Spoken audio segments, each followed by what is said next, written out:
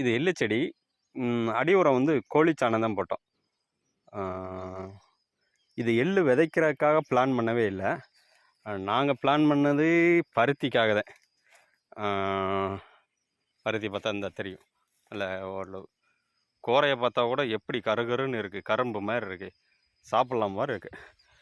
அந்த அளவுக்கு கோழிச்சாண எஃபெக்ட்டு பாருங்கள். பக்க கிளைகள் எவ்வளோ அடிச்சிருக்குன்னு. 1 2 எண்ணி கூட வச்சோம். 1 2 3 4 5 6 7 8 8 பக்க கிளைகள் மட்டும் அடிச்சிருக்கு. பக்க கிளையிலேருந்து திரும்பவும் பக்க கிளைகள் அடிச்சிருக்கு. அந்தளவுக்கு இருக்குது.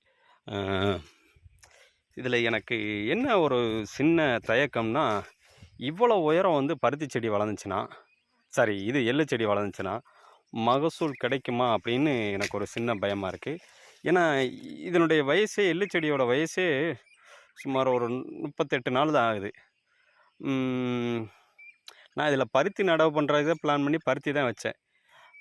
வேணா இது பார்த்தா இது எள்ளு செடி பருத்தியை காட்டிலும் அதிகமாக ஆக்கிரமிப்பு பண்ணிடுச்சு. அதிகமாக நல்லா இருக்குது. நல்லா இருக்குன்னு சொல்ல முடியாது, இதுவாக இருக்குது. அதனால தான் யோசிக்கிற மாதிரி இருக்குது. உயரம் வளர வளர வந்து, ஏன்னா ஒரு சில பயிர் வகைகள் வந்து அதிகமாக வளரக்கூடாதுன்னு சொல்லுவாங்க. அதே மாதிரி அதே அந்த எள்ளுன்னு நினைக்கிறேன். பக்கக்கிளை சைடு பிராஞ்செல்லாம் எல்லாம் நல்லா தான் இருக்குது. செடி வளர்ச்சியில் ஒன்றும் குறையும் சொல்ல முடியாது. பருத்தி செடியெல்லாம் பார்த்தோம்னா வரிசை நடவு போட்டிருந்தேன். இதுவும் நல்ல சைடு பிராஞ்சு தான். இதுவும் நல்லா தான் வந்திருக்கு. இதுலேயும் ஒன்றும் குறை சொல்ல முடியாது.